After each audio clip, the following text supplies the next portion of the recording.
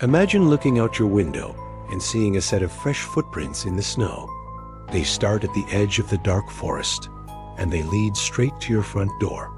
You wait for the person to leave, but there are no return footprints.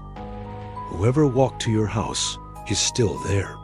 In 1922, on a lonely farm in Germany, this wasn't just a story. It was the beginning of one of the most terrifying unsolved crimes in history. 6 people murdered. A killer who vanished into thin air. But the scariest part isn't how they died. It's what happened after they were dead. Welcome back to the Black Box Files. This is the haunting of Hinterkaifeck. The Grubers were a wealthy but reclusive family. Andreas, his wife, their daughter, and her children. They lived on a remote farmstead, separated from the village by thick woods. Days before the end, Andreas began to notice things. Small, impossible things. A set of house keys went missing. A newspaper from Munich appeared in the house, a paper that nobody in the family had subscribed to. And then, the scratching sounds. In the dead of night, the family heard footsteps in the attic above their heads. But when they checked, empty. Their maid became so terrified that she quit, claiming the house was haunted, and that she heard voices in the walls. She left the farm, thinking she was escaping a ghost.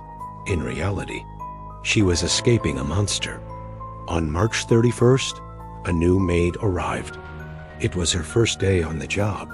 It would also be her last. That evening, one by one, the family was lured into the barn.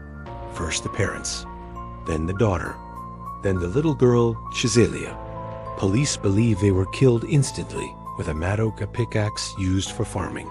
The bodies were stacked on top of each other in the hay, covered with an old door.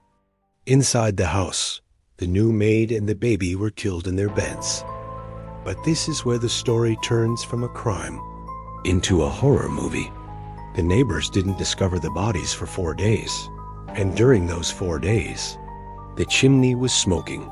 When police investigated, they found the remains of a meal on the kitchen table. Someone had eaten the bread. Someone had cut meat from the pantry. Even stranger, the cattle had been fed. The killer didn't flee. He stayed. For days, he lived in the house with the corpses. He slept in their beds. He warmed himself by their fire. He fed their animals, all while the bodies lay freezing in the barn just a few feet away. When the neighbors finally approached the house, the guest vanished. No money was stolen. No jewels were taken. The footprints in the snow told the only truth. He came from the woods, and eventually he returned to them. To this day, the identity of the man in the attic remains unknown. Was it a drifter or something darker?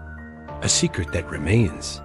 Subscribe for more videos like this, and don't forget to tell us your viewpoint on this.